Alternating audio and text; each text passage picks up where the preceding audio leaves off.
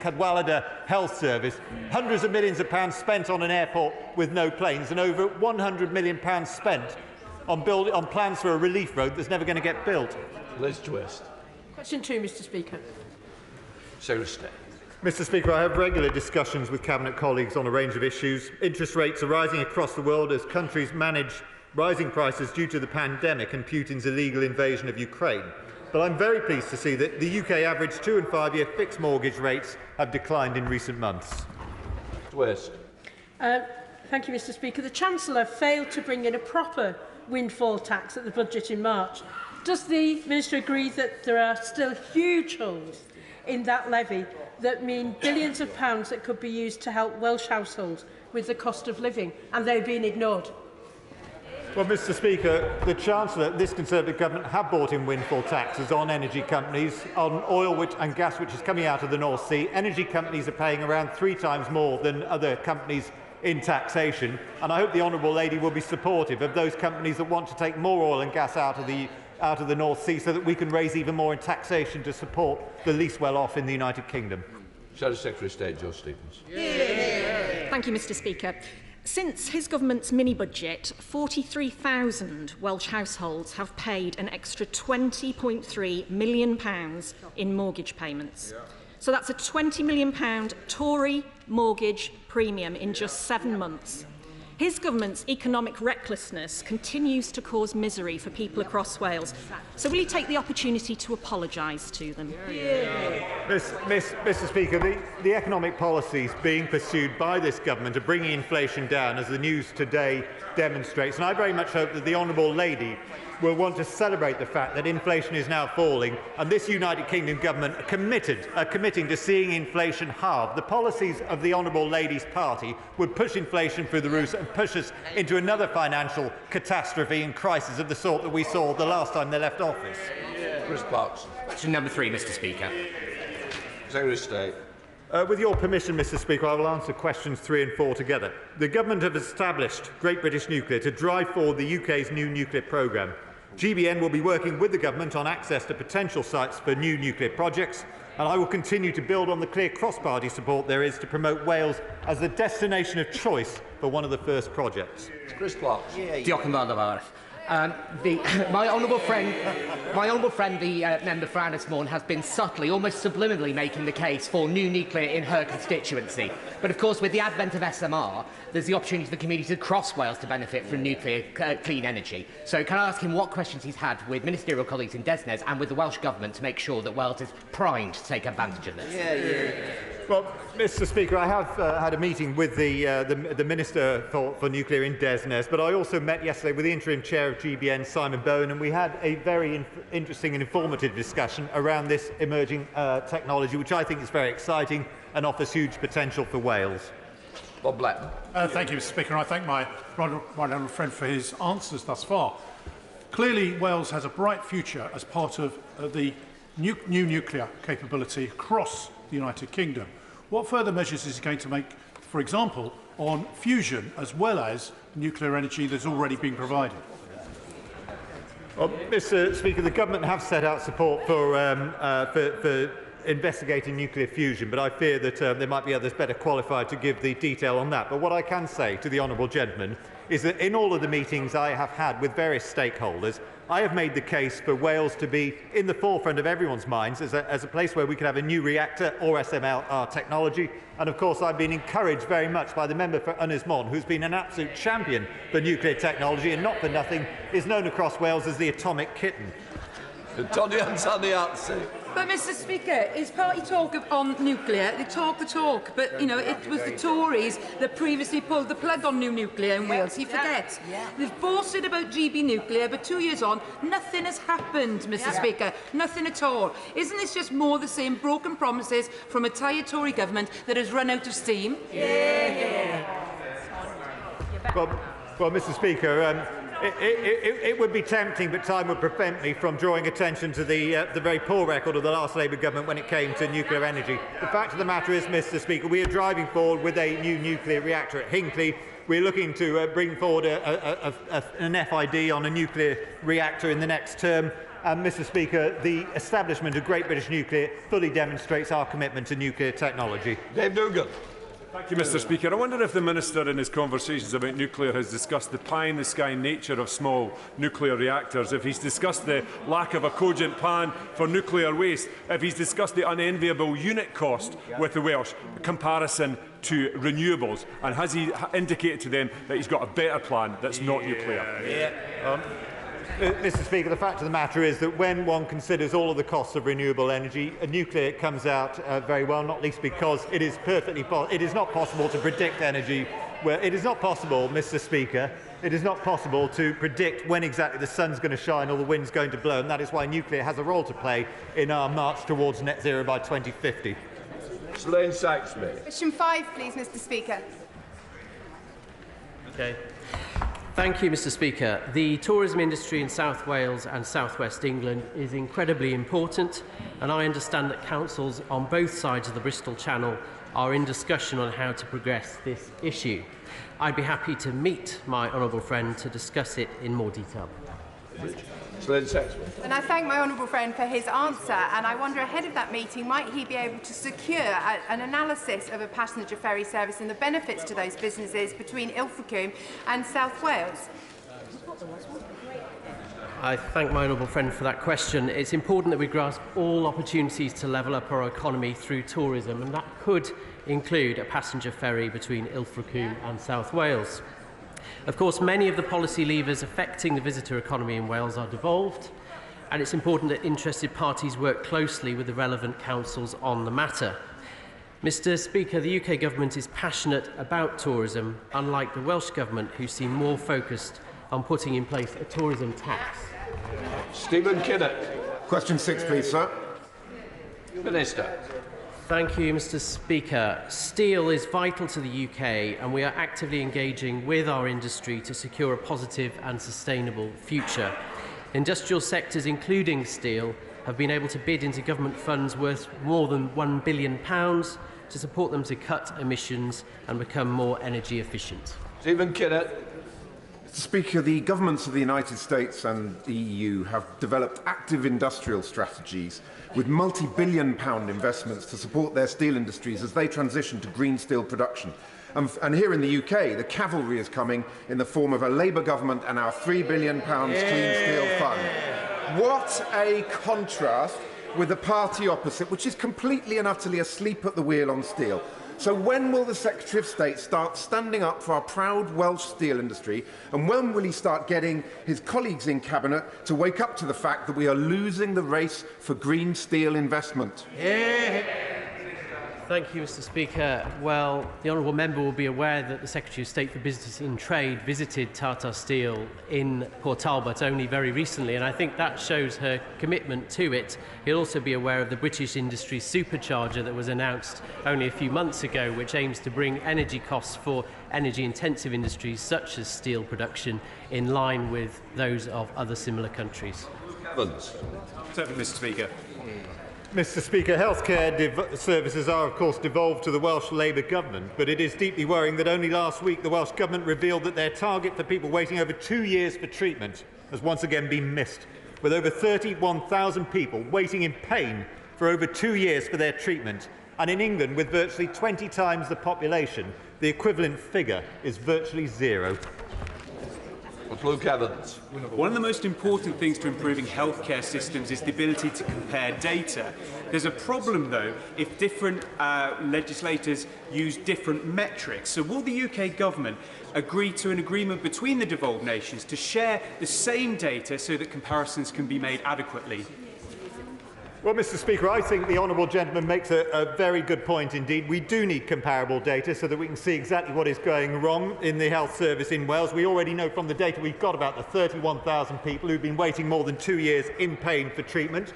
We know that the Welsh Government have a copy of a report, the EY report into what's gone wrong in Betsy Cadwallader Trust, a report which they are sitting on and trying to hold secret because it points out that over £100 million was misspent whilst by the Health Board under the control of a Welsh Labour government. Mantha Dixon. Question number 8, Mr. Speaker. Seriously. Mr. Speaker, I have regular discussions with Cabinet colleagues on a range of transport matters. HS2 will benefit people travelling from North Wales to London with the interchange at Crewe, providing shorter journey times for North Wales than is currently possible on the West Coast Main Line. Chester Station is the key that can unlock connectivity between England and North Wales. Not only is connectivity vital for thousands of rail users, but also for businesses on both sides of the border and beyond. Will government commit to the rapid electrification of the North Wales train line, which will transform the North Wales and Cheshire regional economy?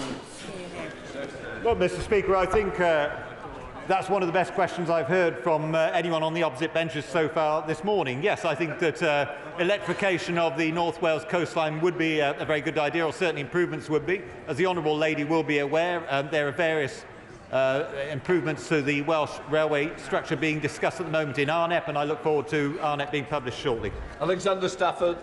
Please, sir. Mr. Speaker, I have regular discussions with Cabinet colleagues to discuss transport links between Wales and the rest of the United Kingdom. Roads are devolved to the Welsh Labour Government, and their opposition to the M4 Relief Road, and indeed to any kind of road building at all, continues to hold the Welsh economy back, a matter which is of great disappointment to myself and my Cabinet colleagues. Alexander Stafford. Thank you very much indeed, Mr. Speaker. The economy of Wales has always worked on an east-west basis. So, for example, if you're starting a journey from Bangor in the north, it takes 3 times longer to travel to Cardiff in the south than it does to Manchester or to my seat of Rother Valley. Can the Secretary of State offer an explanation then of why the Welsh Government has banned all new road development, or how that might possibly help the Welsh economy? Hear, hear.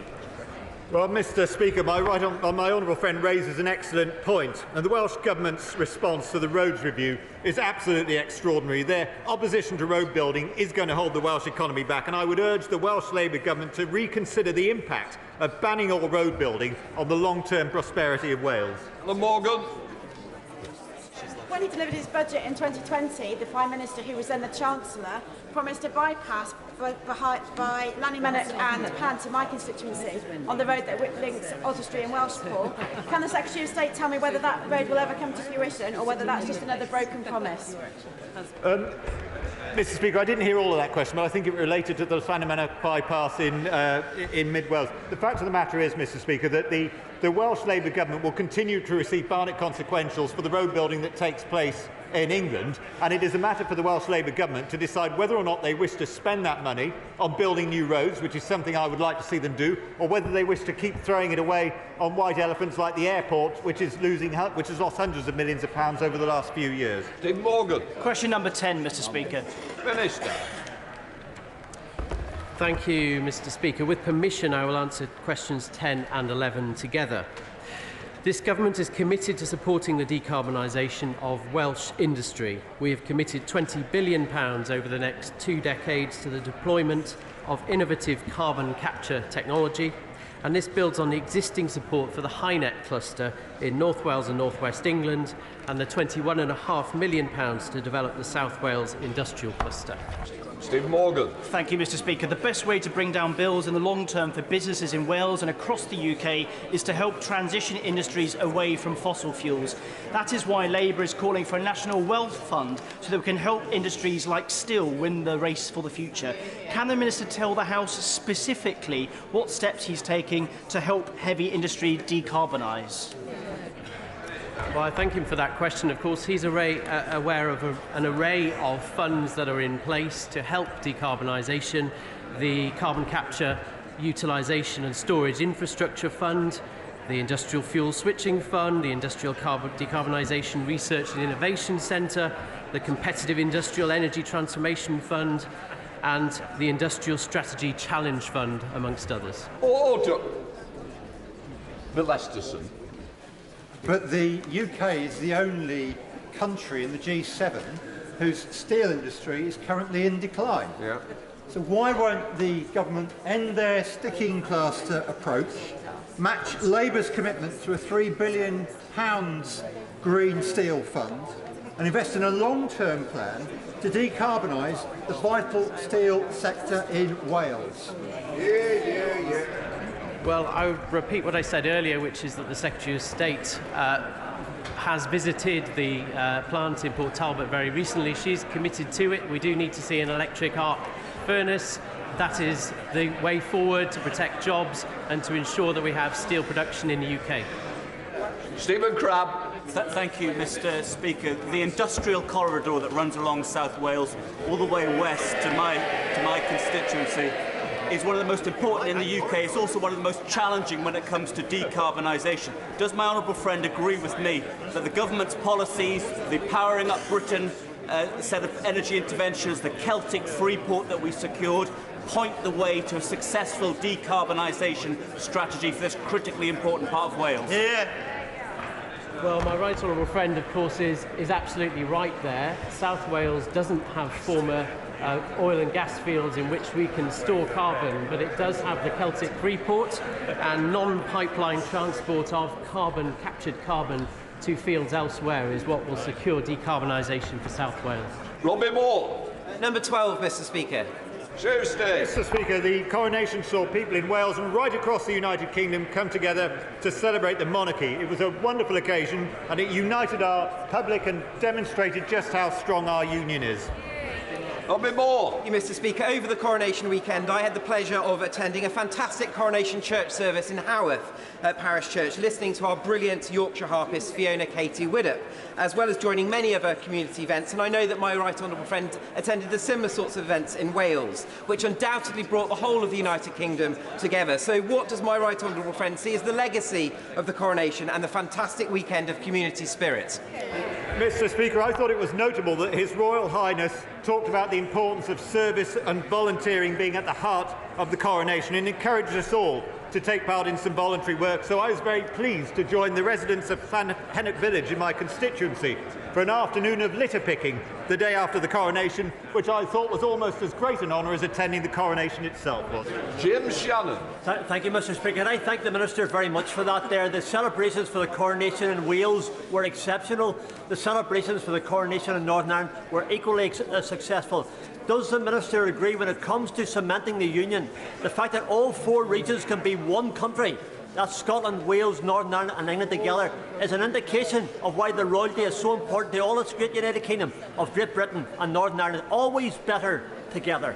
Mr. Speaker, to that wonderful question I can only reply yes. Alan Brown. Thank you, Mr. Speaker. Devolution of Crown Estates in Scotland. 13. Sorry, question 13. Thank you, Mr. Speaker. This government is committed to supporting renewable energy generation in Wales, including for the innovative tidal stream technologies at Morlais and through our flagship Contract for Difference scheme, and supporting the huge potential of our floating offshore wind industry through the £160 million in FLOMIS funding for port infrastructure. Alan Brown. Devolution.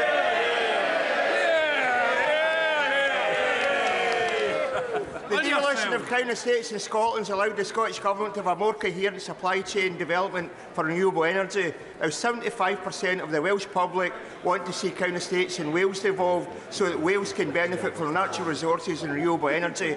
Will Westminster listen to the people of Wales, or is it in our case Westminster knows best? Yeah.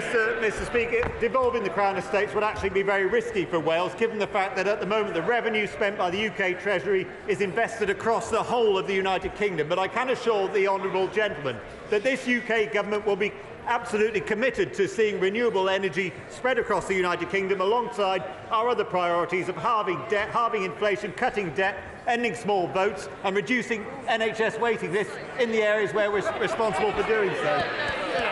Mr. Speaker, Anglesey leads the way in renewable energy, and yet it's being let down by poor connectivity. This week, the Britannia Bridge closed suddenly, and given there's a 7.5-tonne limit on the Menai Suspension Bridge, it's created absolute chaos. Does the Secretary agree with me that Labour in Cardiff should be focused on building a third crossing? Mr. Speaker, the honourable lady representing Anglesey is absolutely right about this. The Welsh Labour government need to start building roads and start building bridges as well. We now come to Prime Minister's questions. Sean Hodgson. Question number 1, Mr. Speaker. Mr. Speaker, this morning I had meetings with ministerial colleagues and others. In addition to my duties in this House, I shall have further such meetings later today. Sean Hodge. Thank you, Mr. Speaker. Does the Prime Minister agree with his friend, the Tees Valley Mayor, that the National Audit Office must investigate the Tees Works affair? And will he share details of all conversations he has had on the subject with his former Chief Secretary, the member for Middlesbrough South, and the current Levelling Up Minister, given that they've all received donations from Ian Waller, one of the project backers? Well, Mr. Speaker, honourable friend, the Levelling Up Secretary has already announced an investigation into this matter. But what I would say, it's just the same old. It's the same old bump from Labour. All we get, after years of neglect, it's the Conservatives that are delivering for Teesside. Mr. Speaker, everyone here has NHS trusts in our constituencies grappling with backlogs. So can I highlight the commitment and hard work of the Gloucestershire Hospitals Trust in bringing down the waiting list over 18 months ahead of the government deadline and fast reducing the over 65 waiting list? Does my right honourable friend agree with me that those who imagine that the opposition has a magic wand up their sleeve to solve these problems need look no further than the woes of the Betsy Cadwallader board in North Wales, under Labour political control for a generation? Well, Mr. Speaker, as my honourable friend says, Gloucestershire in particular has seen a significant reduction in A&E waiting times since December. We recognise, of course, though, there is more to be done, and that's why we're delivering on our plan to recover urgent and emergency care, to ensure that people get the care they need easier, faster and closer to home. Leader of the Opposition, Keir Starmer. How many work visas were issued to foreign nationals last year? Prime Minister. Mr. Speaker, the new statistics, as the honourable gentleman knows, will be out later this week. The most recent statistics we had, as the ONS said at the time, contained a set of unique circumstances, including welcoming many people here for humanitarian reasons. The figures are out. It's 250,000 work visas were issued last year. He knows that answer. He just doesn't want to give it. And the new numbers tomorrow are expected to be even higher. The Prime Minister stood on 3 Tory manifestos. Each one promised to reduce immigration. Each promise broken. They all stood on those manifestos as well. Why does he think his Home Secretary... Order. I'm going to hear this question. Those who don't want to hear it, we know the answer. Keir Starmer. They all stood on those manifestos. So why does he think his Home Secretary seems to have such a problem coping with points-based systems? Well, Mr. Speaker... And the same respect will be shown, Prime Minister. Well, Mr. Speaker, just this week we announced the biggest ever single measure to tackle legal migration, removing the right for international students to bring dependents, toughening the rules on post-study work and reviewing maintenance requirements. But what is the honourable gentleman's contribution? There are absolutely no ideas. There is absolutely no ideas, absolutely no semblance that there would be any control. Why? Because he believes in an open-door migration policy. Mr. Speaker, if anyone wants to see what uncontrolled immigration looks like, all they've got to do is wake up tomorrow morning, listen to the headlines and see what this government... Order. Mr. Bristow, I think you're going to be leaving. I'm asking you to leave now, because otherwise I'll name you. I'm not having it, and I've warned you before. It's the same people. And the same will happen on this side. Keir Starmer. Mr. Speaker, the reason they're issuing so many visas is labour and skills shortages. And the reasons there are shortages is the low-wage Tory economy. Under his government's rules, businesses in IT, engineering, healthcare, architecture, welding can pay foreign workers 20% less than British workers for years and years on end. Does he think his policy is encouraging businesses to train people here or hire from abroad? Prime Minister. Mr. Speaker, he talks about immigration, but we know his position because it turns out that Labour would actually like to see even more people coming to the UK, increasing the numbers. That's not just my view, Mr. Speaker. Those were the words of his own frontbencher who said having a target isn't sensible, and that the numbers might have to go up, Mr. Speaker. So it's clear, whilst we're getting on with clamping down on legal migration, listening to the British public, he's perfectly comfortable wanting to say that he wants free movement back. Keir Starmer. Mr. Speaker, they've lost control of the economy, they've lost control of public services, and now they've lost control of immigration. And if he was serious about weaning his government off the immigration lever, he would get serious about wages in Britain and get serious about skills and training. The apprenticeship levy isn't working. It's hard to find a single business that thinks that it is. And the proof is that almost half the levy isn't even being spent. That's fewer young people getting the opportunities they need to fulfil their potential. Businesses are crying out for more flexibility in the levy so they can train up their staff. Labour would give them that. Why won't he? Mr. Speaker, it's right that we're talking about education and skills. What he failed to mention is just in the past week, what did we discover?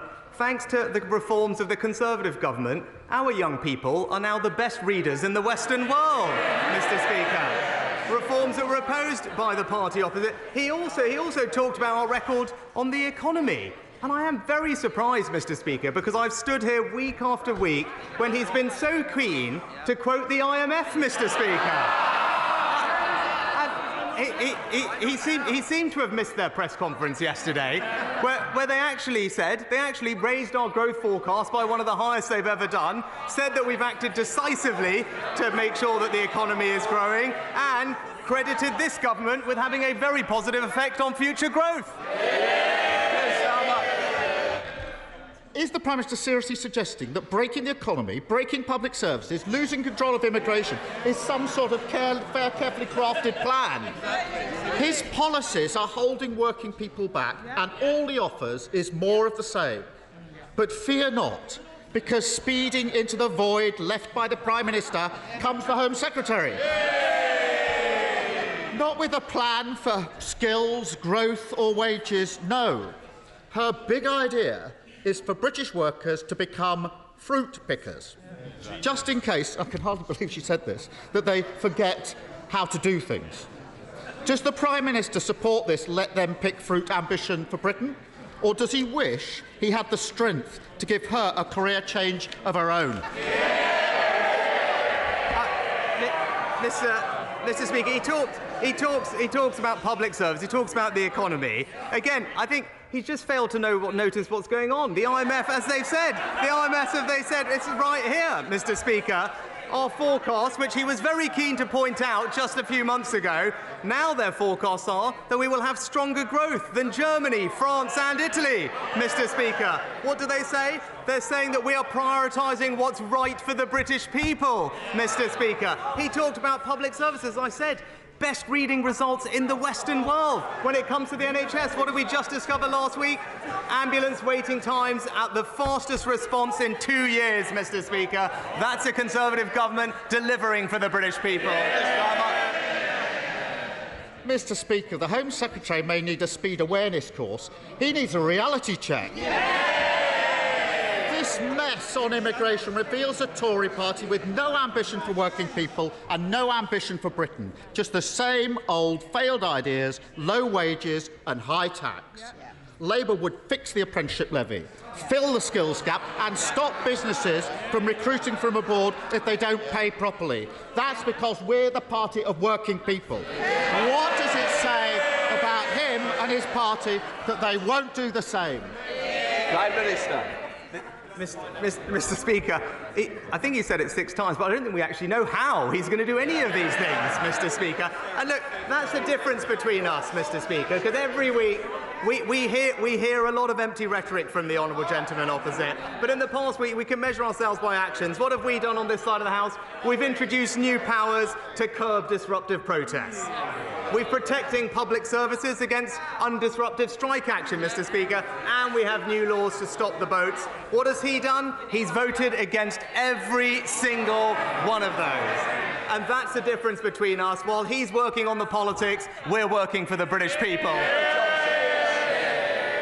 Thank you, Mr. Speaker. We have all witnessed how Putin is carrying out his savage war against Ukraine. He commenced it, he is the aggressor, and he cannot be allowed to win. That war is now at a pivotal point. So will the Prime Minister use his friendship with President Zelensky to ensure whatever military equipment they need, they will get, be that missiles, drones or jets? Well, Mr. Speaker, it was an honour to welcome my friend President Zelensky to the UK last week. I think everyone will be collectively proud of the UK's leading role at the forefront of supporting Ukraine. We were the first country to provide support for Ukrainian troops, first country to provide lethal weapons in Europe, the first to commit main battle tanks, and most recently the first to provide long-range weapons. He will have seen the powerful scenes coming out of the G7 summit in Hiroshima last week, and I've always been clear that we will stand with Ukraine for as long as it takes. Leader of the SNP, Stephen Flynn. Thank you, Mr. Speaker. Mr. Speaker, we learned today that the price of milk, cheese and eggs are up 29%. The price of pasta is up 27%. The price of a loaf of bread, 18%. Does the Prime Minister agree that this is no longer just a cost of living crisis? This is a cost of greed crisis. Well, Mr. Speaker, it was welcome that inflation has fallen today, but as the Chancellor said, we should not be complacent because there is more work to do. The honourable gentleman's right to highlight the impact of food inflation, which is too high, common here in levels that we've seen in other European countries like Sweden and Germany. We are providing significant support to help people with the cost of living, and the Chancellor has met with companies in the supermarket and food supply chain to make sure that they are doing everything they can to bring prices down. Stephen Flynn. Mr. Speaker, let's get real, because the food inflation remains at a near 45-year high. Now, yesterday the Treasury indicated that the Chancellor stands ready to act, but his actions seem to be predicated on the outcome of a review by the Consumer and Market Authority. So can the Prime Minister perhaps enlighten us? When does he expect that review to conclude? Because working families can't afford to wait much longer. Well, Mr. Speaker, honourable gentlemen will know that the CMA is independent of government, but the Chancellor did meet with them recently to discuss the situation in the grocery industry, and it will be for the CMA to make decisions on that. But we're doing everything we can to help consumers manage the challenges of the cost of living, Mr. Speaker. But if the SNP wanted to do their bit, maybe that they could reconsider their deposit return scheme, which has been, it's very clear what people have said. As people have said, it will reduce choice and increase prices for consumers. Andrew Samuel. The Primary Care Access Plan published this month is a very welcome and substantive one, and my constituents want to see rapid delivery of it. So how quickly will the government start providing the £645 million to pharmacists? And how quickly will the SAS doctors come to GP surgeries to make prompt access to primary care a reality for my constituents? Prime Minister. Well, Mr. Speaker, I thank my honourable friend for his contributions to our primary care plan. He and I both know that pharmacies already work to help many people with their health needs, and to help deliver on our priority to cut NHS waiting lists. They will be put front and centre of our primary care recovery with £645 million of additional funding. That will be released later this year as pharmacies start to provide more oral contraception, more blood pressure checks, and crucially, for 7 common ailments like ear infections or throat infections, pharmacists will now be able to provide you with the medicines that you need. Thank you, Mr. Speaker. 1/4 of the population of Northern Ireland are on a health waiting list. Our workers are on strike for fair pay, and our public finances are in a mess. will he give a commitment that the Treasury will immediately begin work on a public sector rescue package so we can transform the health service and ensure that our public sector workers are given a decent wage? And will he join with the people of Northern Ireland, Mr. Speaker, in telling the DUP to get back to work now?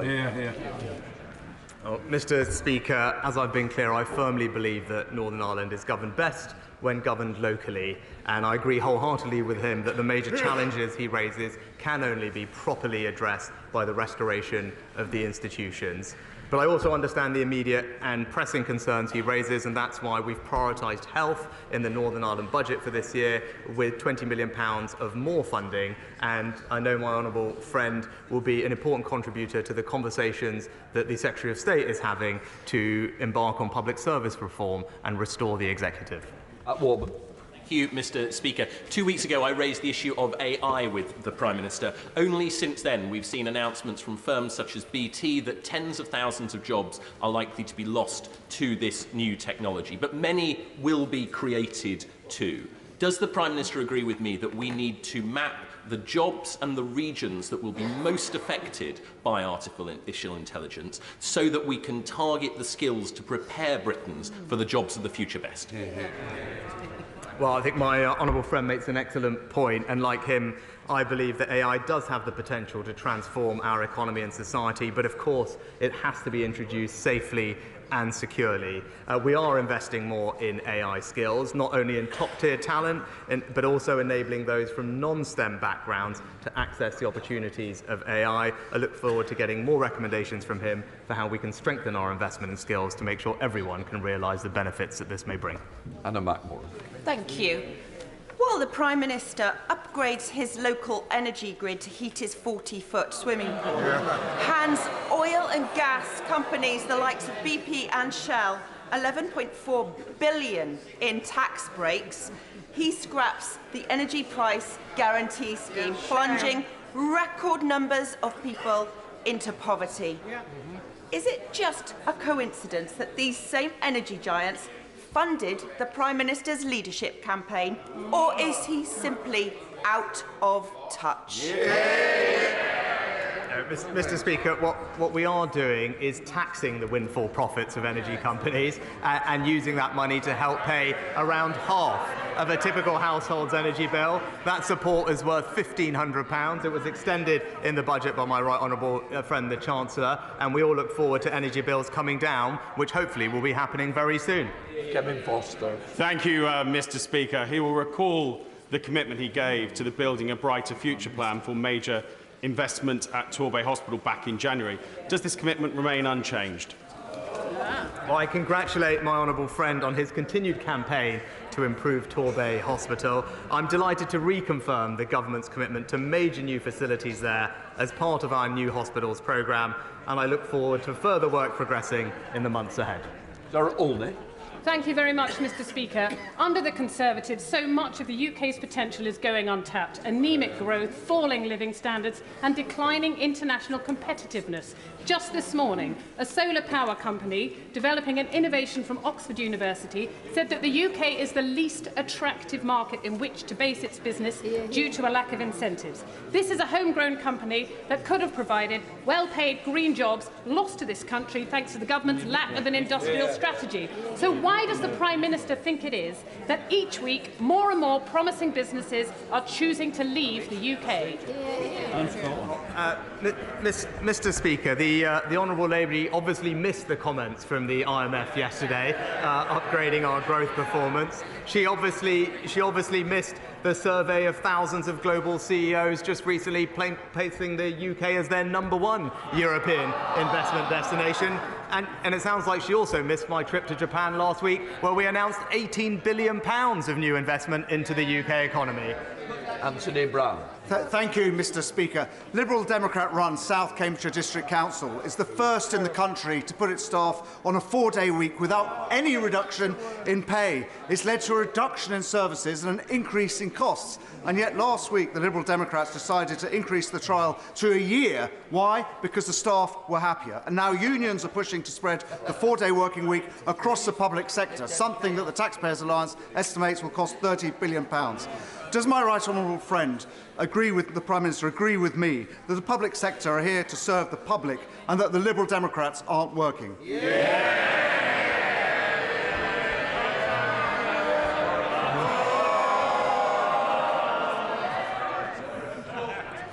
Mr. Speaker, public servants should rightly focus on delivering for the public and taxpayers, and it is disappointing to hear from my honourable friend that his local Liberal Democrat council is not doing this, reducing, as I heard, staff contact hours and costing residents more. I urge the council to reconsider their decision because his residents and constituents in South Cambridgeshire District Council clearly deserve better. Thank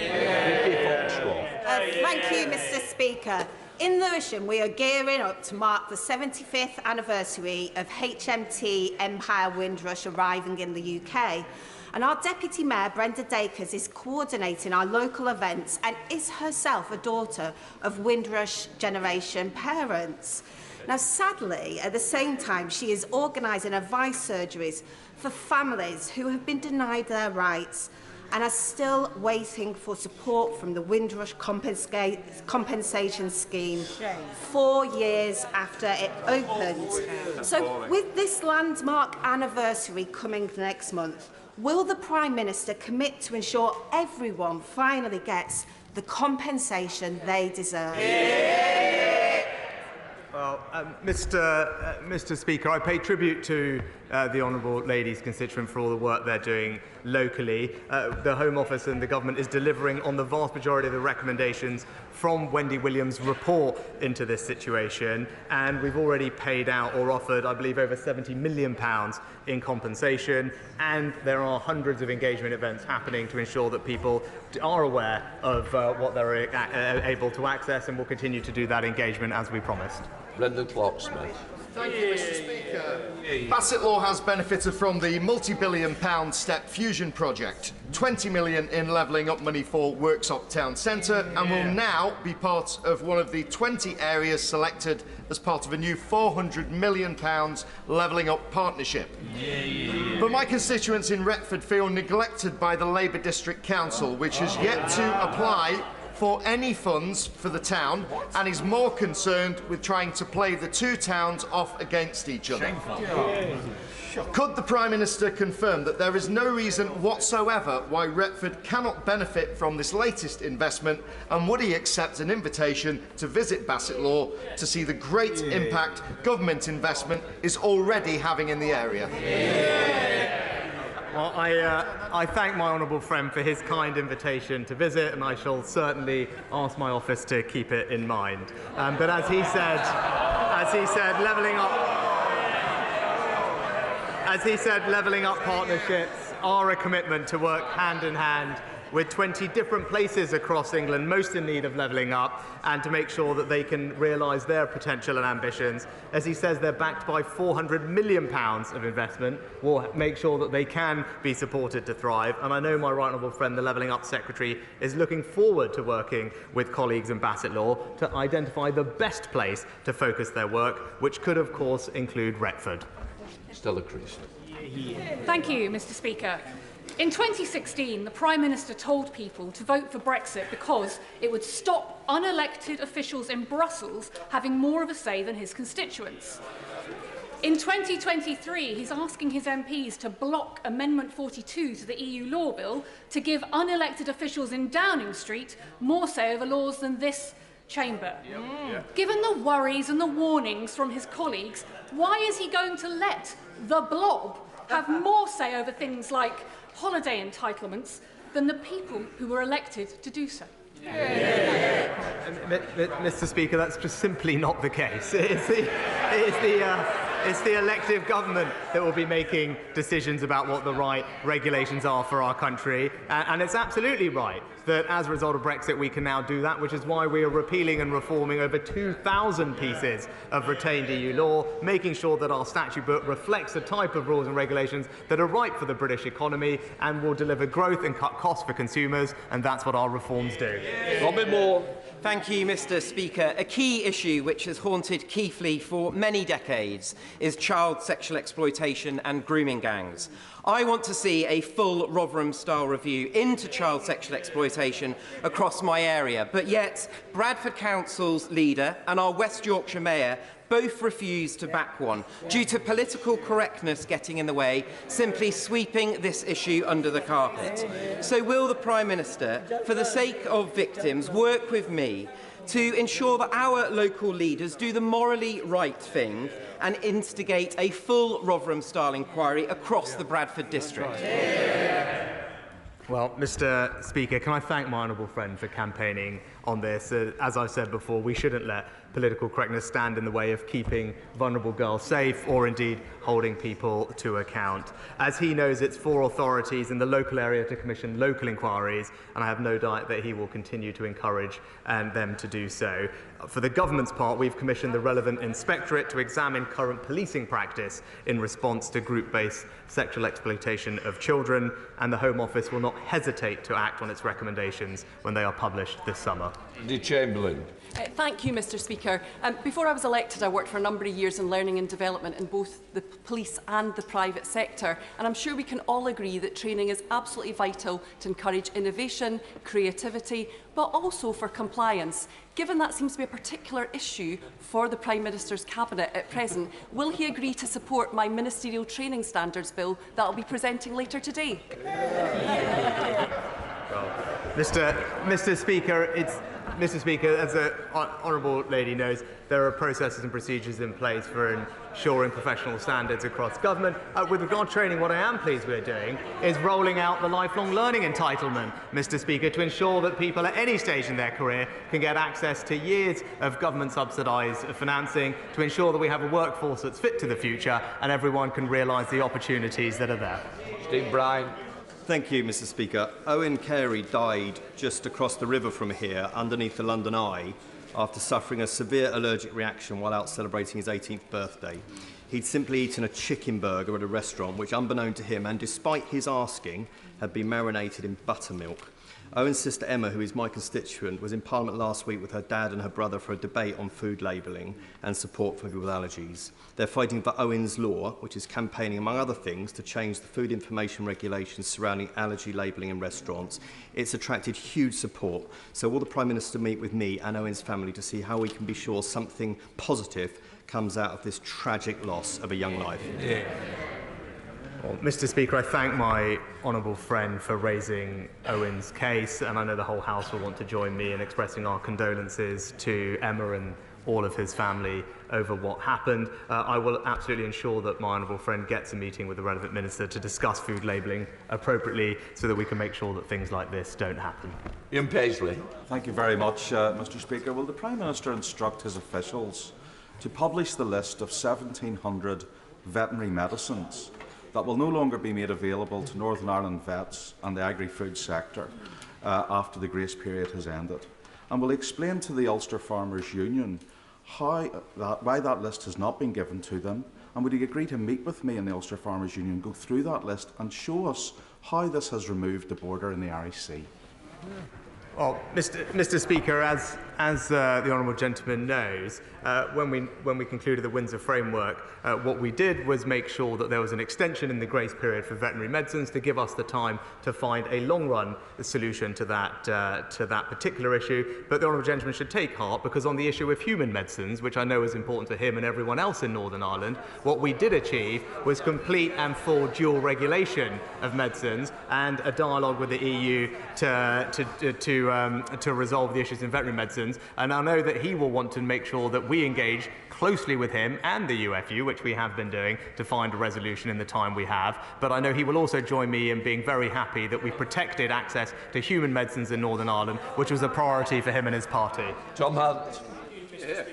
Firstly, I really look forward to welcoming the Prime Minister to Portman Road for Ipswich Town, Southampton next season. And of course, in addition to Ipswich Town, Ipswich Wanderers have also been promoted. Great news for a town. Yesterday, though, we saw, despite the Public Order Act being passed, we saw images of Metropolitan Police standing around and doing nothing, whilst eco-protesters were wreaking havoc in our capital. Does the Prime Minister agree with us? The moment those activists stand on the road, they should be immediately turfed off the road, like there are in many other countries. Mr. Speaker, on my honourable friend's first observation, all I can say is ouch, but thank you. But I look forward to the game. But on his second, more substantive matter, this government has passed a serious disruption order, which will ensure that police do have the powers that they need to tackle slow-moving protests. It was a power that the police specifically asked the government for. We've delivered it and put it in legislation. He knows what I know, is that the party opposite tried to block that from happening. Thank you, Mr. Speaker. Prime Minister, we have 4 million children living in poverty in this country, yet we are the 5th richest economy in the world. So can the Prime Minister say why he would not support universal free school meals for all children to end child poverty?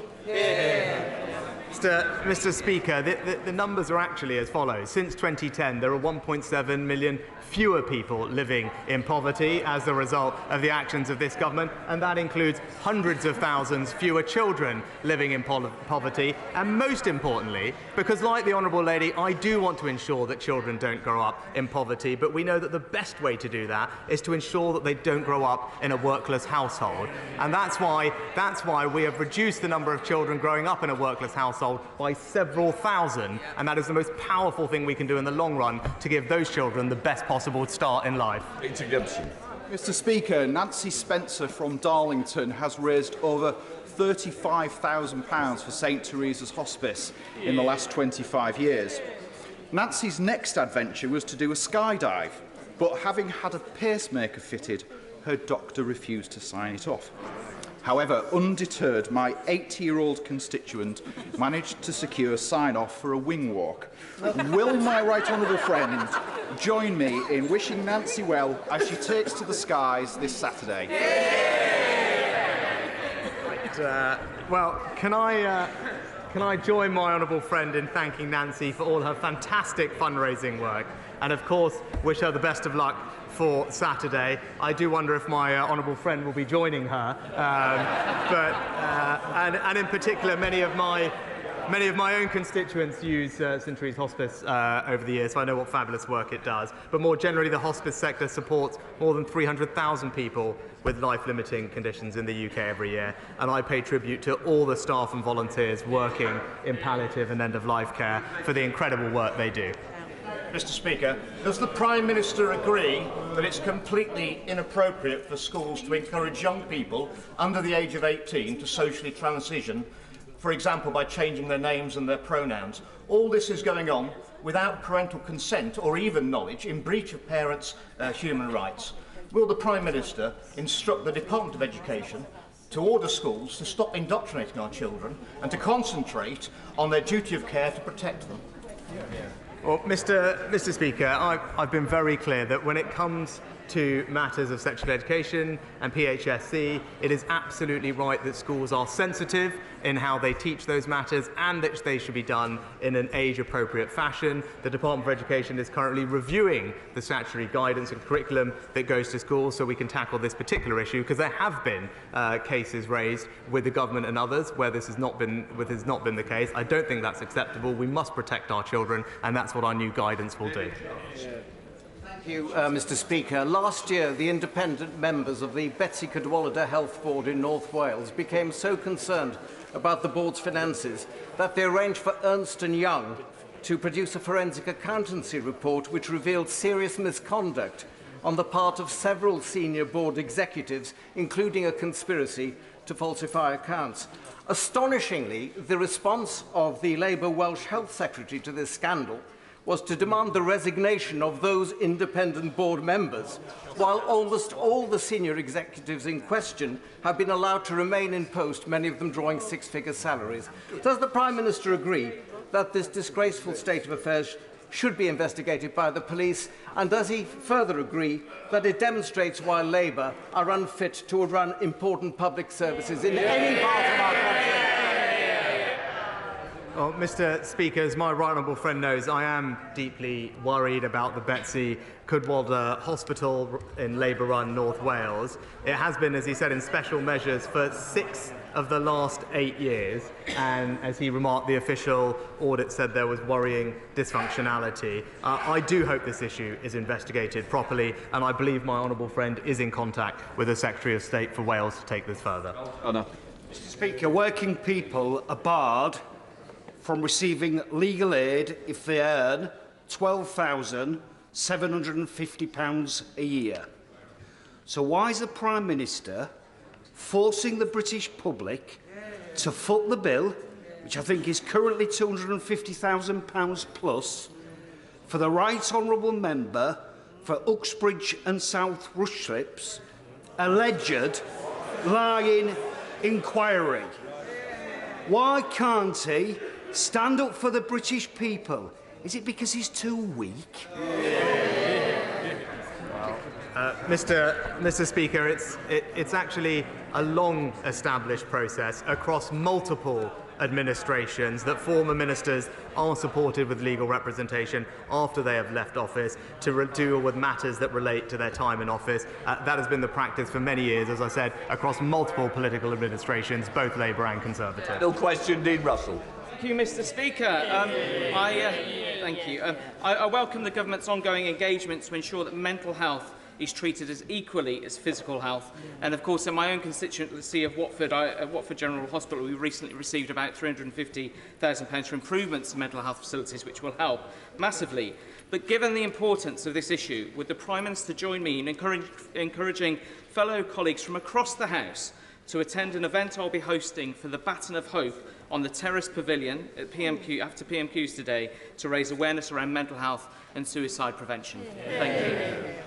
Well, Mr. Speaker, my honourable friend is a fantastic campaigner on mental health, and I'm pleased to learn about all the work he is doing with the Baton of Hope.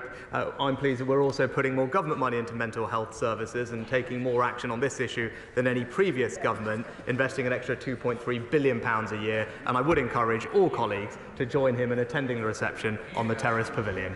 That completes Prime Minister's questions.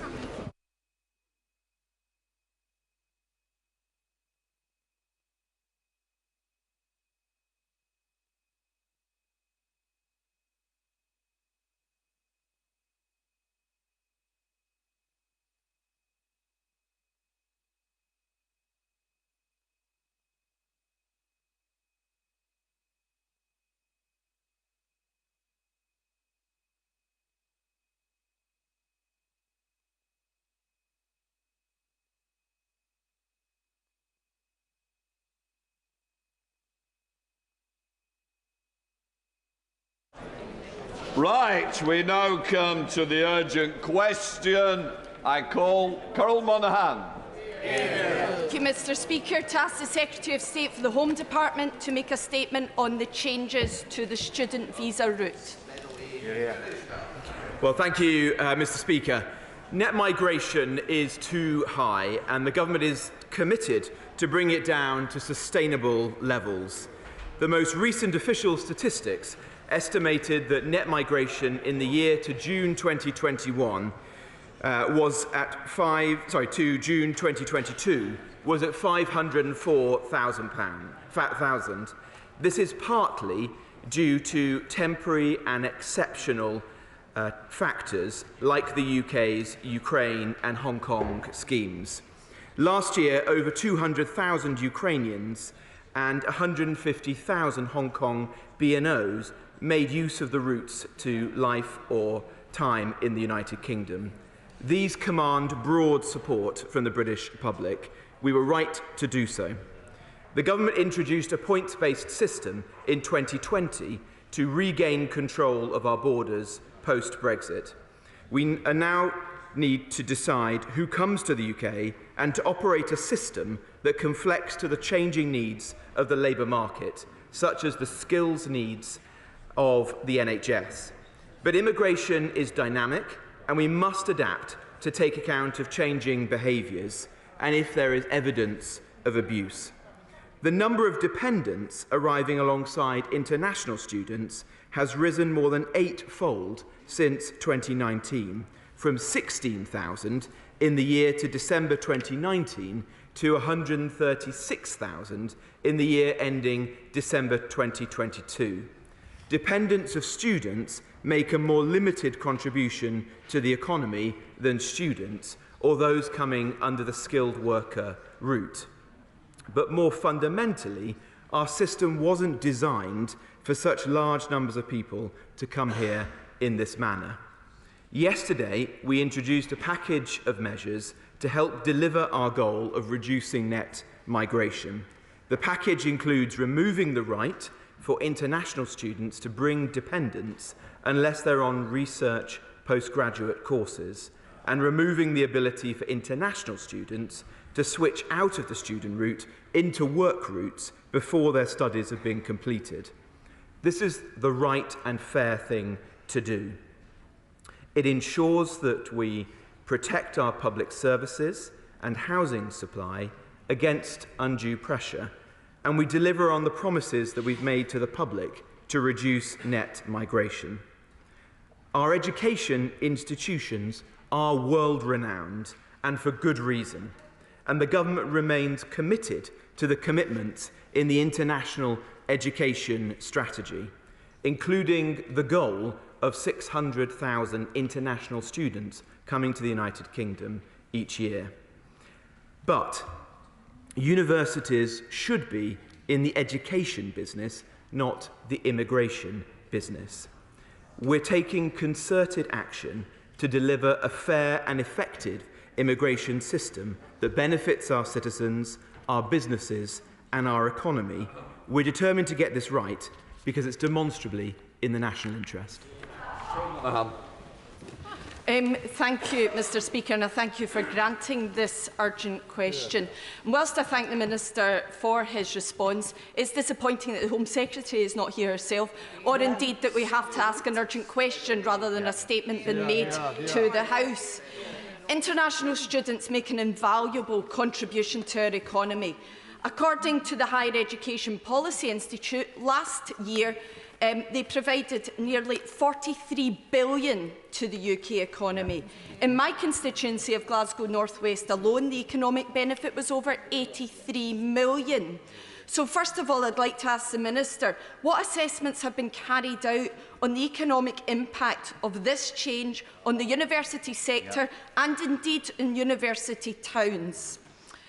International students enrich our society, and they have skills which are proving ever more vital in this post-Brexit climate, which has seen the UK deprived of workers across key sectors. So with current labour shortages in healthcare, STEM, IT, to name but a few, how can the Minister fail to recognise that this policy will simply exacerbate these? The reality is that many students coming to the UK look beyond their studies and want their families to be part of that experience. Without a way for overseas students to bring their families, many will opt to go elsewhere. And any drop in international student numbers will cause further harm to universities that are already facing financial difficulties. This policy makes the Home Secretary's agenda crystal clear.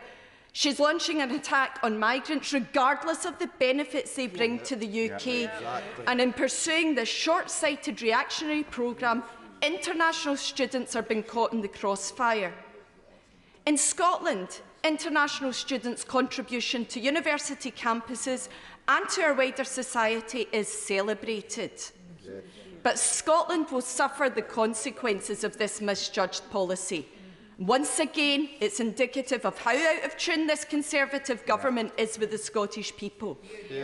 So if this government is insistent in pursuing their hostile environment, will they now accept that Scotland's needs and Scotland's wants are different to theirs? Finally, Mr Speaker, will the government now devolve immigration powers to the Scottish Parliament to allow us to choose the way that benefits our communities and our society? Well, thank you, Mr Speaker. Well, no, we won't devolve immigration policy to the Scottish Government. It's right that the UK benefits from one immigration policy, and that's the way it will always continue under this Conservative government. But I'm afraid the Honourable Lady was misguided on a number of fronts. Firstly, of course, it was this government that created the International Education Strategy. That was a strategy that set a target of attracting 600,000 international students to the UK. We've met that target 10 years early, and we're likely to exceed it this year. The action that we're taking today doesn't take away from that goal.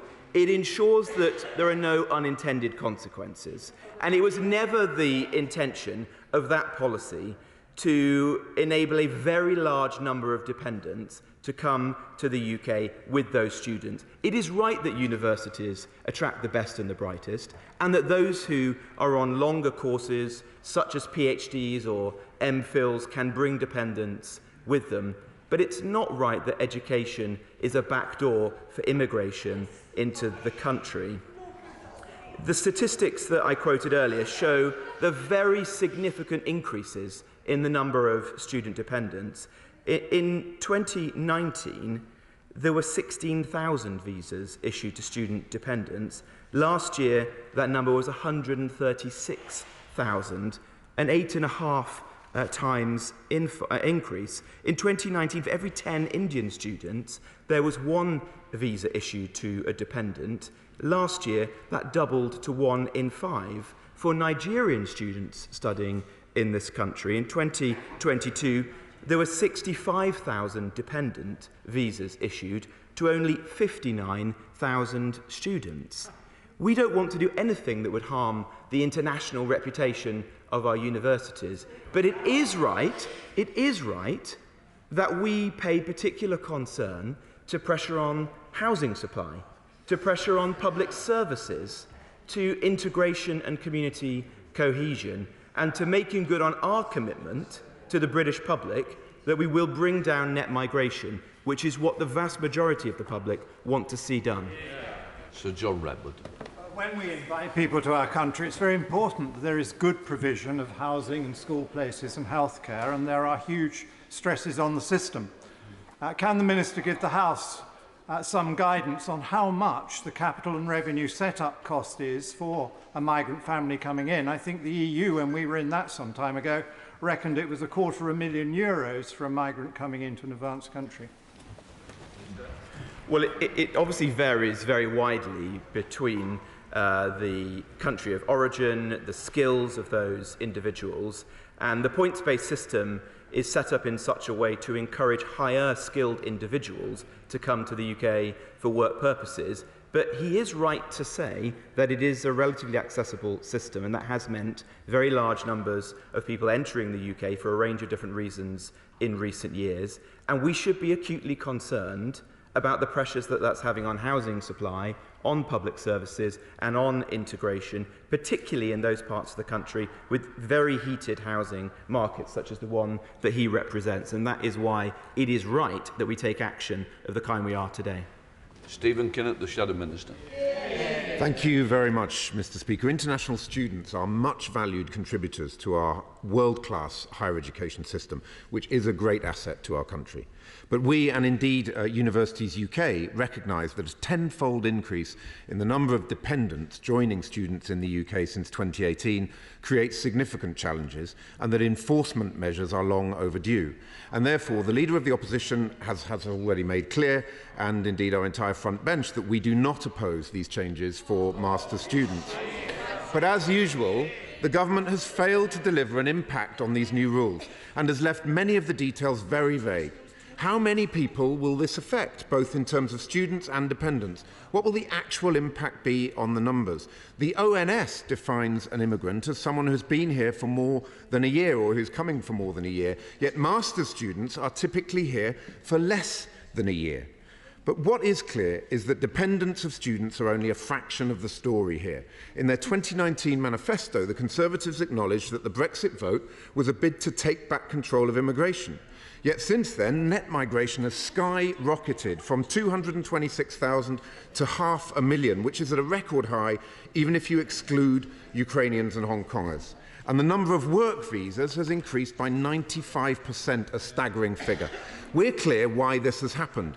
It's because for 13 years, the Conservatives have failed to train up Britain's homegrown talent to fill the million vacancies we have, and because there are 6 million people on NHS waiting lists in England alone, most of whom wish to return to the workforce. We want and expect net immigration to reduce, and we have set out plans for how we'll get more of Britain's workers trained up and back to work. And today, the Leader of the Opposition has announced that we will ditch the flawed government policy which allows businesses to undercut British workers by paying migrant workers 20% less in sectors assigned to the shortage occupation list. So will the Minister now commit to scrapping the 20% wage discount on the going rate for shortage occupations? Nothing could be clearer. The Conservatives have lost control of immigration. We, on these benches, are committed to maximising opportunities for Britain's homegrown talent. Well, I'm delighted to hear that the honourable gentleman has had a Damascene conversion to tighter border controls. Unfortunately, I don't think the British public will believe that. It is the same old Labour Party, the party that has always believed in open borders. Their own leader campaigned for the leadership of the Labour Party, saying that he wanted to defend free movement. Only the other day, the chairwoman of the Labour Party was saying that she expected migration to rise under a future Labour government. Same flip-flopping approach, same open-door policy. We want to ensure that we bring net migration down. We consider that to be a solemn promise to the British public, an important manifesto commitment. This is a significant policy, which I'm glad to hear the honourable gentleman support, which will make a tangible difference to this issue. It will reduce very substantially the number of people coming into the country as dependents. But there may be more that needs to be done. We're determined to tackle this issue and ensure that we bring that migration down. Greg Clark. Thank you very much indeed, Mr. Speaker.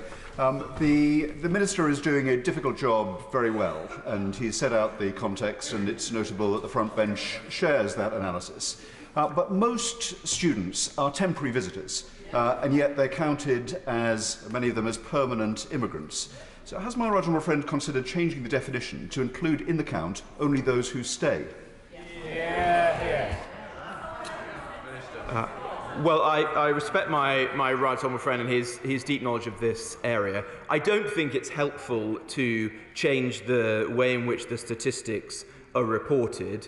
I do think that it is, you have to consider the fact that anyone coming into this country will place pressure on our housing supply, on public services, in particular if they're bringing dependents, including young children or elderly relatives, into the UK.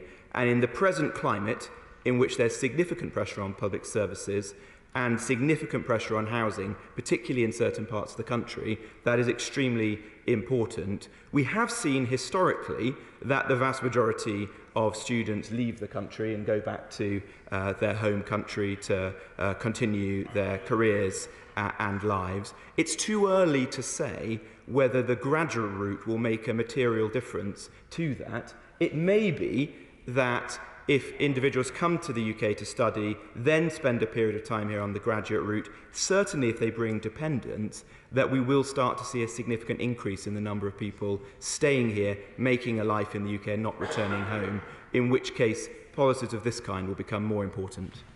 SNP spokesperson Alison Thubas. Thank you very much, Mr. Speaker. Any week where universities are celebrating all that international students bring with the We Are International campaign, the Home Office is setting about undermining the UK's place in the highly competitive international education market. And I am dismayed that the Labour Party are supporting their measures today. Canada and Australia and the US must be rubbing their hands in glee, Mr. Speaker. Yet more chopping and changing, which makes the UK less attractive. Research published by HEPI last week shows that in 2021-22, the benefit to the UK from international students stood at £41.9 billion, with every single constituency on these islands seeing a benefit. And the dependents that come with them, often those husbands or wives are working. They're not a burden to the state, and they have to pay the immigration health surcharge as well. So can I ask the Minister, what is the evidence for the policy that he's brought forward today? The written statement yesterday speaks of issues with agents and enhanced enforcement and compliance. So what data does he have to suggest that people are abusing what is already an incredibly expensive system? What equality impact assessment has he carried out? Because Universities UK International have said that restricting dependence will have a disproportionate impact on women and particular countries, incidentally those like Nigeria and India, where the market is growing. And finally, what discussions has he had with the Minister for Higher and Further Education in Scotland ahead of this announcement? And what impact assessment has he carried out on how it will affect institutions in Scotland? Well, we did think very carefully about this measure and had detailed conversations with colleagues across government, including, of course, with the Department for Education and indeed with universities. In my experience, leaders of universities understand the issue that we're grappling with here. They can see for themselves the very significant increase in the number of dependents who have come to the UK in recent years and why the government would feel the need to take action. The measures that we're putting in place today will ensure that there will still be a route for dependents to come to the UK for research courses, such as PhDs, where people will be here for a sustained period of time, but there won't be for those people here for short courses. And to give the Honourable Lady an example, last year there were 315,000 foreign master's students in the UK. These are very large numbers of individuals, and if those people were to bring dependents at scale, that does put pressure on public services and on housing in the UK. And I'm surprised that the Honourable Lady doesn't appreciate that, particularly given the state of some public services in Scotland. Thank you, Mr.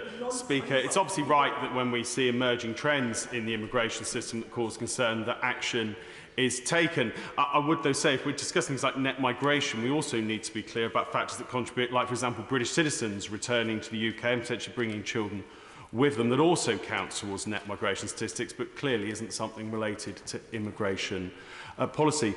In terms of the wider system, though, the rationale behind this move, I suspect the Minister might have wanted to announce something slightly more comprehensive today, rather than just a focus on student dependence.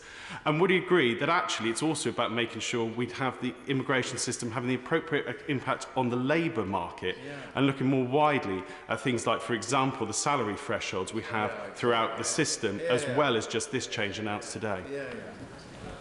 Well, I do think the package of measures that we have announced will make a tangible difference to net migration, and taken together with the easing of exceptional factors like those Hong Kong BNO individuals coming to the UK over the next year or two, there is good reason to believe that net migration will fall and that we will be better placed to meet our important manifesto commitment. But he's right to say that it is critical that we do so. If there are further measures, that we consider them, and that we have to think carefully about how migration interacts with the British labour market, because it is quite wrong to perpetuate an economic model that is overly reliant on foreign labour and where people are coming here taking jobs from British workers, and we are not tackling the core issue, which is the number of economically inactive people in our country. Smith. Thank you, Mr. Speaker. Our higher education institutions operate in a global market, which is why universities like Lancaster University attract students from over 100 different countries, many of whom come, study and then return.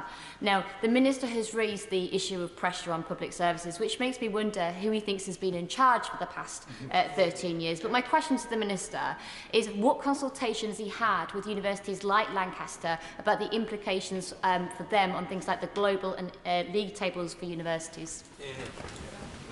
Well, we have given careful thought to this announcement, I said earlier, and worked closely with the Department for Education, who, of course, are the bridge to universities. It's important to stress that we have met the government's target of 600,000 international students 10 years early, and are likely to exceed that this year So there's no suggestion that the number of international students is going to diminish rapidly. What we're doing is tackling a particular issue, which is an unintended consequence of earlier liberalisations, which is the very significant increase in the number of dependents following international students. I would also say that it is not healthy for British universities to become overly reliant on international students.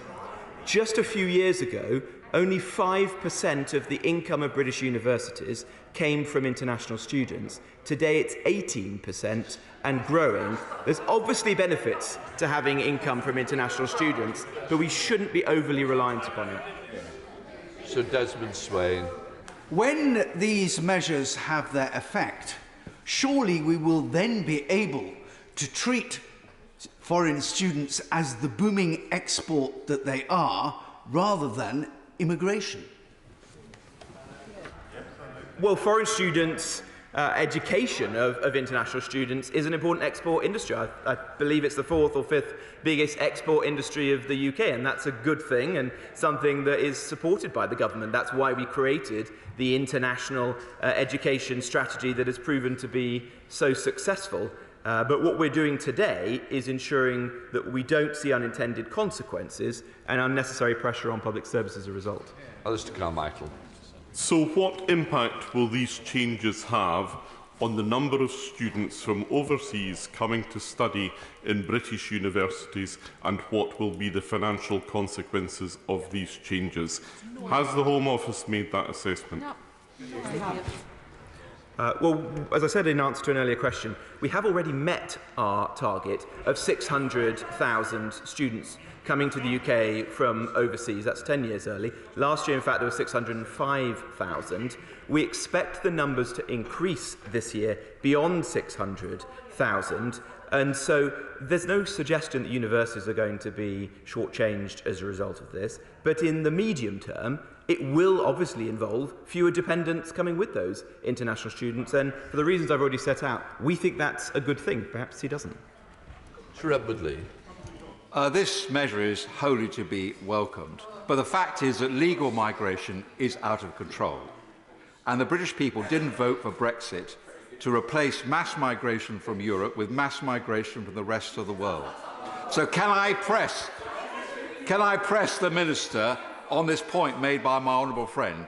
We're never going to deal with legal migration until we solve this labour problem, that homegrown employers in Britain are paying too low wages and they're trying to attract people from all over the world. So why don't we raise the threshold to the average earnings? You have to earn average earnings if you want to come here and get a job. Well, I'm grateful to my right honourable friend for his support. He's right that having left the European Union, taken back control of our borders and migration policy, it's absolutely critical that we make good on our promise to bring net migration down, because it does put intolerable pressure on public services, on housing. It does strain community cohesion, particularly when it happens at a scale and speed which is too great for many people in British society. He makes an important point about the workings of the points-based system and the salary thresholds for the shortage occupation list and for general work visas. And that is something that the government keeps under review, because we don't want to see employers reaching for international labour rather than seeking to recruit and train domestic labour, reducing unemployment, reducing people who are on benefits. Samsung Desi. Thank you very much. Mr. Speaker, the Home Secretary makes contradictory statements to different audiences and thinks that nobody has noticed her sleight of hand. She recommitted yesterday to bringing in 600,000 international students per year. But does the Minister now regret that after having completely lost control of immigration figures, she actually expressed her desire to reduce student visas at last year's Conservative Party conference? Well, the Home Secretary and I are completely at one in our determination to reduce net migration. That is what this party stood on a manifesto to do, and that's what we intend to achieve. The Home Secretary and I want to find ways in which we can tackle abuse and unintended consequences within the system, and the package of measures we've set out this week will do so in a very important, and as his own party appears now to support it, clearly significant and cross-party area. Sir John Hayes. Thank you, Mr. Speaker. I refer the House to my entry in the Register of Interest. As the Minister considers work visas, which have exploded and displace investment in domestic skills and displace the kind of investment in modernity and working practices that are fit for the future, will you also answer this question? Why is it right and fair for those students studying a research degree to be able to bring their people into the country, but not fair for people who are not doing primary research? Surely, if those studying for MAs that don't require research can't bring their family, no one should be able to. Well, we've said in the announcement this week that we, with the Department for Education, will launch a consultation with the university sector to design a longer-term alternative to what the system that previously operated, which could be a more nuanced approach. But I think the determination we've made this week is the right one, that those people coming into the UK to study will only be able to bring dependents in if they are doing those high-value, usually longer-term research-based courses such as PhDs, and those coming for short courses will invariably not be able to do so. That will cut out some of the abuse that we've seen in the system today and will focus universities on their primary responsibility, which is teaching and education, rather than, in some cases, being a backdoor to immigration and to work. Peter Grant.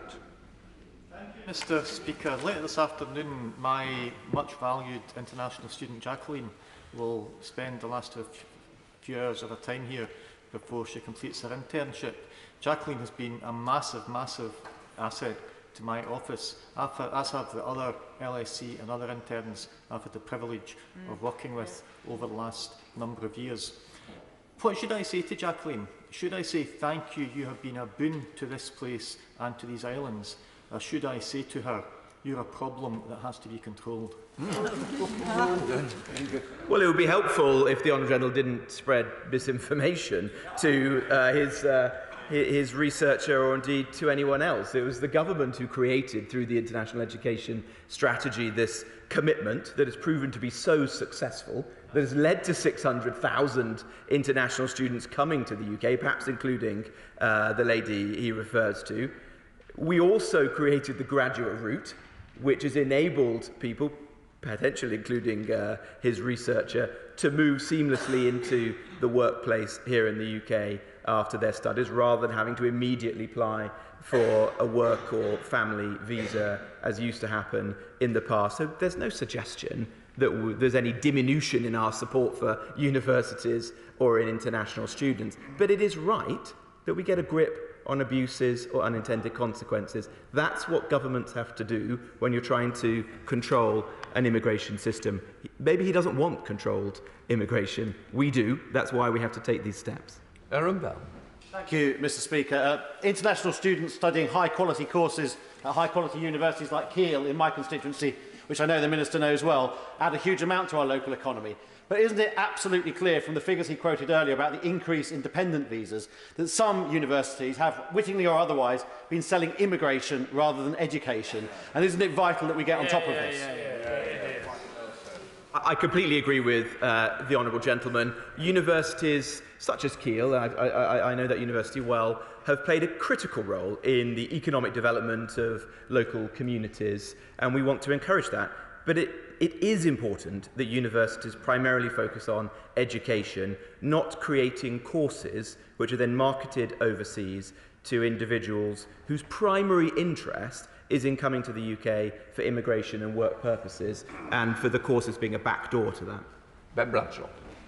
Isn't the truth, Mr. Speaker, that excellent universities like mine in Exeter have sought since Brexit to replace those thousands of EU students they've lost with students from other parts of the world who tend, for cultural and other reasons, to bring more family members, spouses and children with them. So isn't the government having to clear up another Brexit mess of its own making?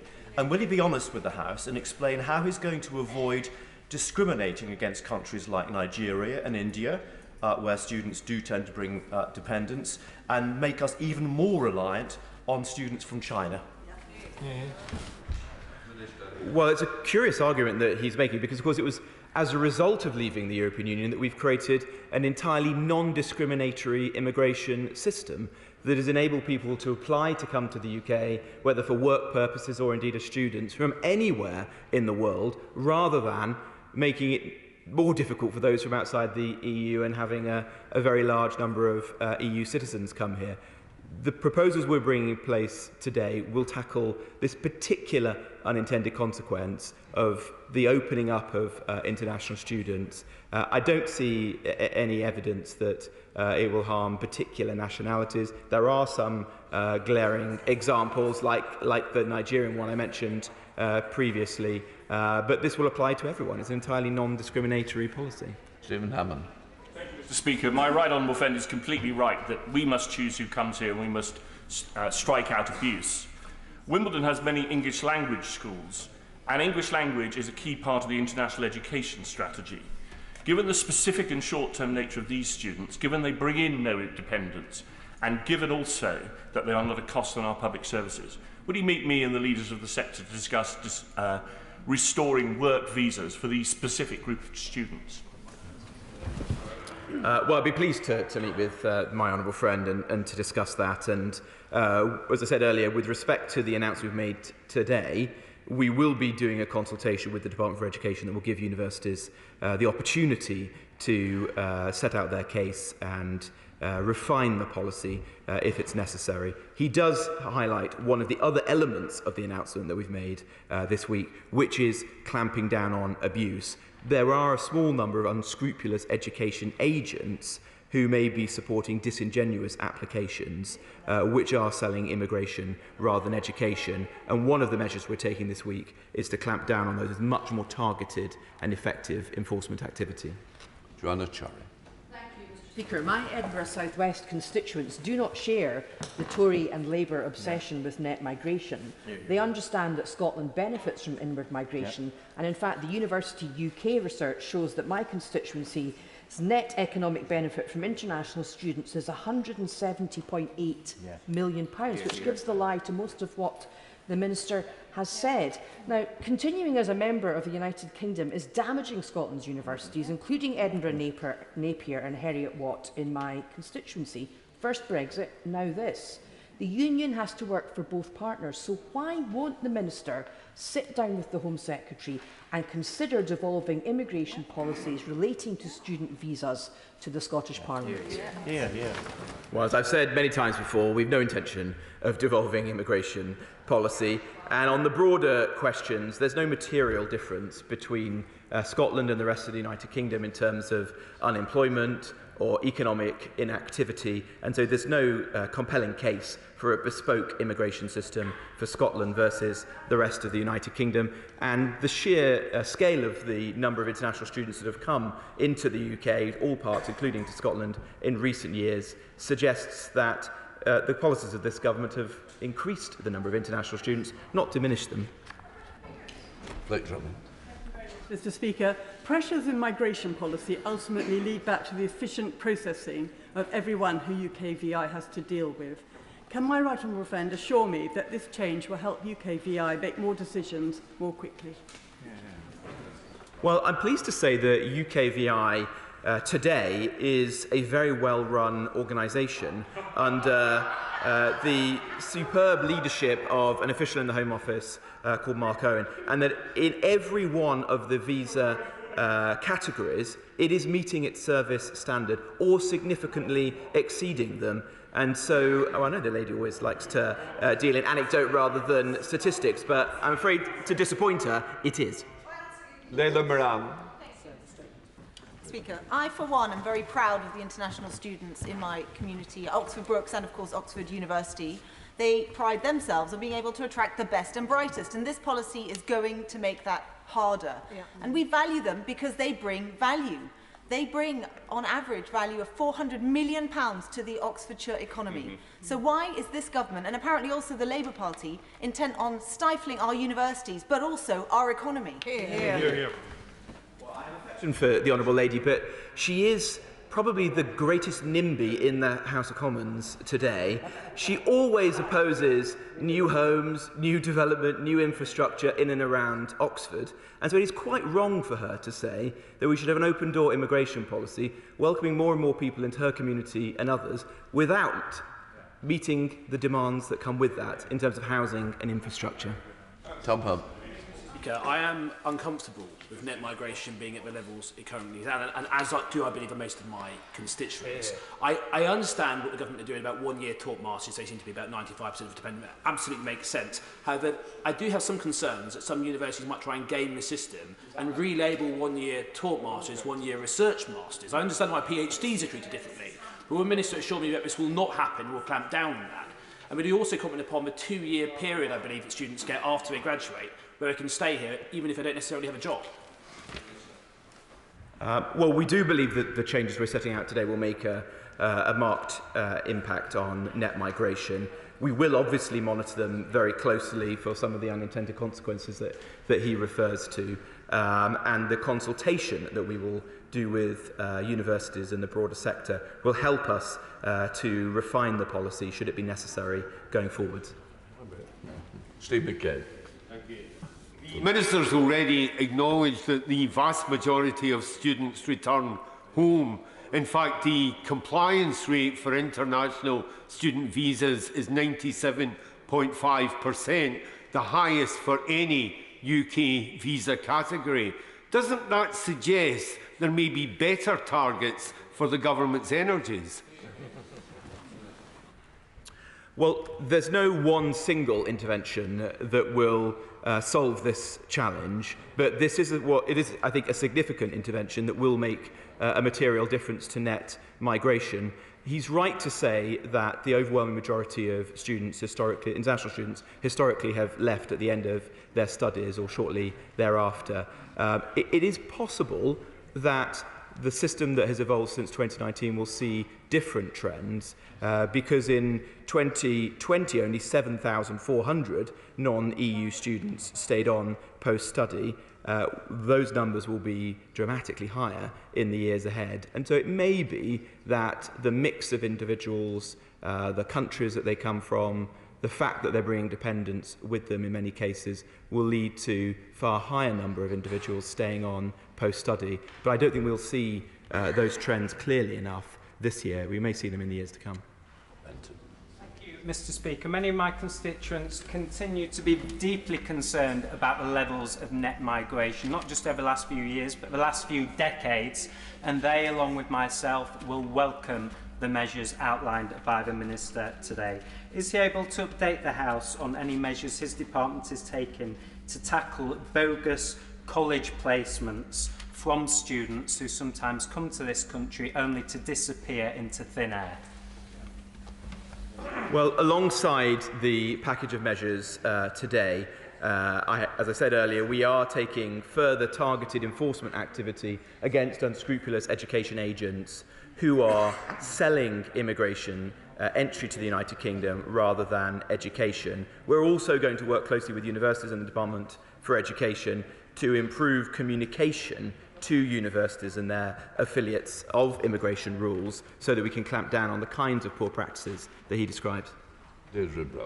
Speaker, the Minister avoided this question when my honourable friend asked it, so I'll try again. What discussions were there between the UK Government and Scottish ministers on this matter before the announcement was made?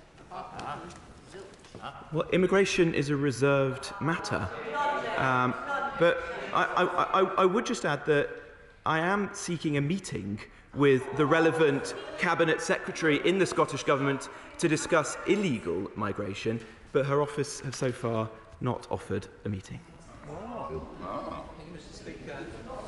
The statement is right to celebrate the huge growth in international student numbers, I assume that's the bit that the Education Department and the Treasury insisted should go in.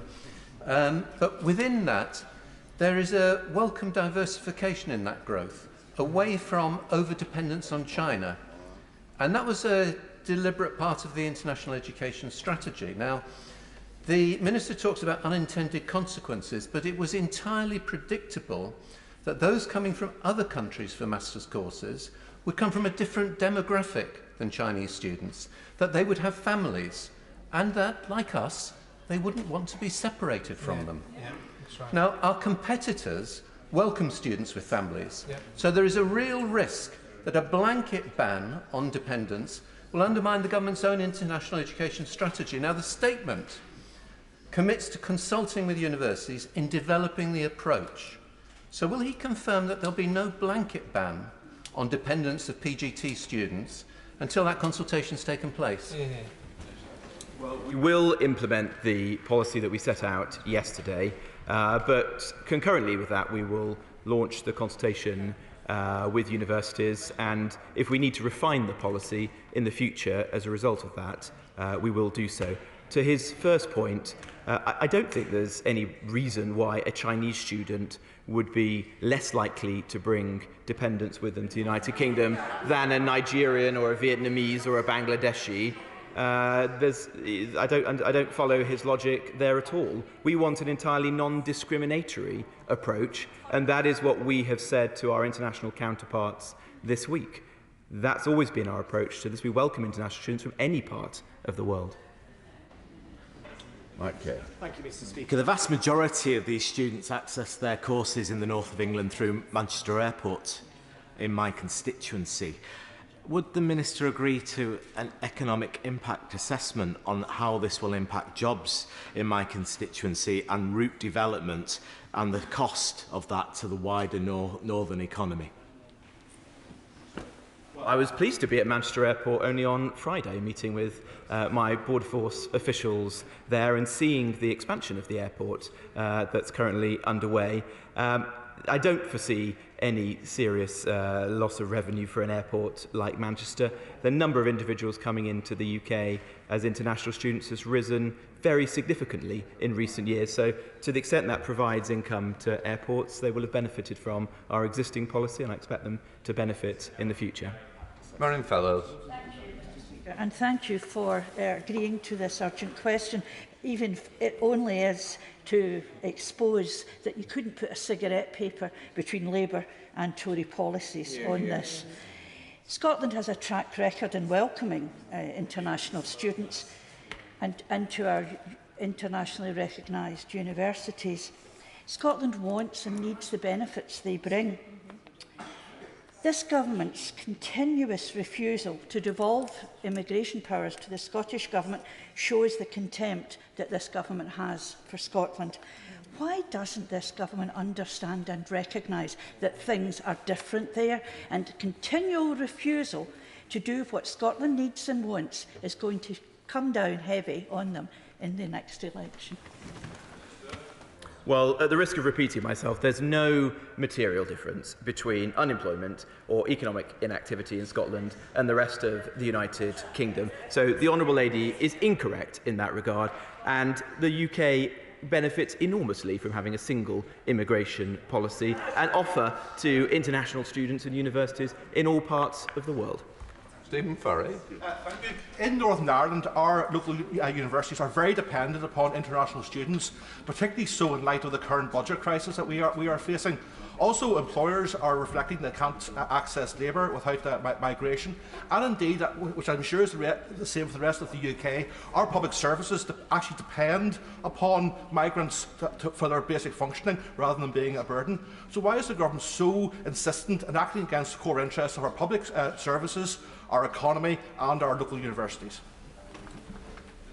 Could be further from the truth, because of course it's this government that established the international education strategy that's led to 600,000 international students coming to the UK every year, and indeed that number is likely to grow next year. With respect to public services, we created the Health and Social Care Visa, which last year led to 76,000 applications plus, of course, their dependents were able to join them.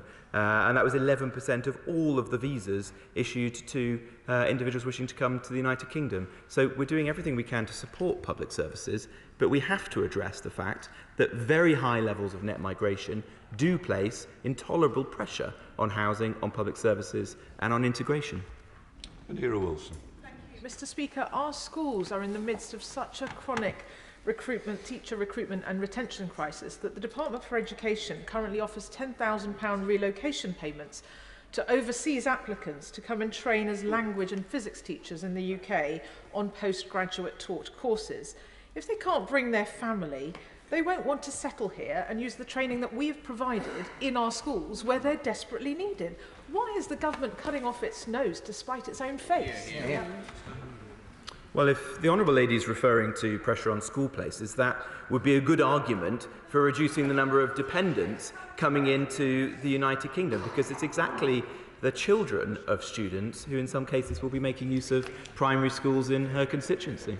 Jeff Smith. Thank you, Mr. Speaker. The Minister still hasn't said what economic impact assessment the government has carried out of this policy. Will he publish one? Well, I've said already that we take a pragmatic approach to this issue. We are balancing our strong desire to bring down net migration with the needs of the economy. That's why we've taken the approach of standing behind the 600,000 target for international students, but making this important tweak to ensure it isn't abused. That's it, Red. Of course, net migration figures also include the number of people who leave this country, and his hard Brexit has made it more difficult for students and others to travel overseas. So that's having an impact on the net migration figures as well. Meanwhile, Glasgow North thrives culturally and socially and economically to the tune of £225.8 million, thanks to our lively and diverse international student community.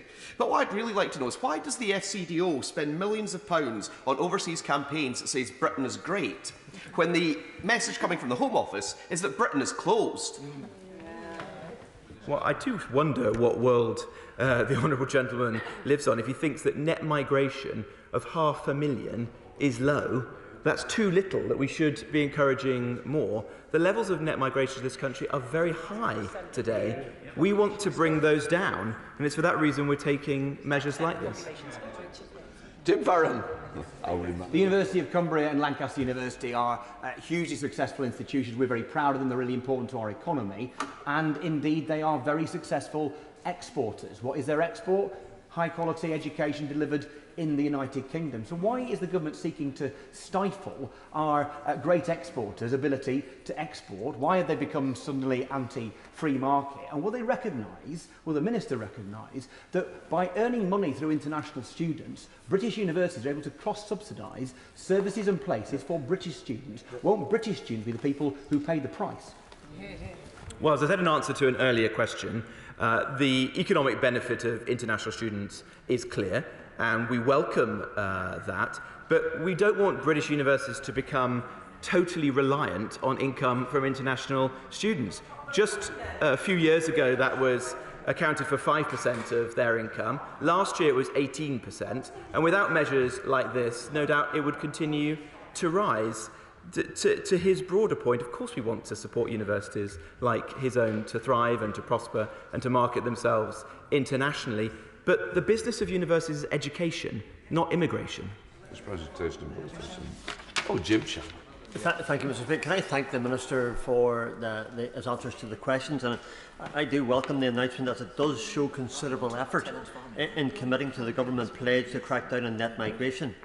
However, what assessment has the Minister made on the number of children that will ultimately be left behind whilst their parents come to the UK to study for a better life, but cannot bring their little ones with them on their journey to study and to crucially maintain family life, which I feel is really important? Well, that's one of the considerations why we have said that those coming here for longer-term research courses, such as PhDs, can continue to bring their dependents with them, because absolutely, if one was coming to the UK for a sustained period of time, it would be right for them to relocate in a more substantial way. But if individuals are making a choice to come here, say, for a one-year master's course, then I think it's perfectly appropriate for the UK to say that that's their decision and they shouldn't bring their dependents with them for that course. We now come to the statement. Minister Spencer. Thank you, Mr. Speaker. I draw the House's attention to my declaration of interest. And with permission, Mr. Speaker, in addition to the written ministerial statement I tabled today, I'd like to make a statement regarding today's publication of the government's response to the ROC review of tenant farming in England. This is the next step to support farmers in all corners of the country who are at the heart of our rural economy, following the UK Farm to Fork Summit last week in Downing Street. Now, before I start, I'd like to pay tribute to Baroness Rock, who I know is in the gallery observing our proceedings this afternoon. Her tenacity, her hard work, her dedication, alongside the Tenancy Working Group, has resulted in producing this important review.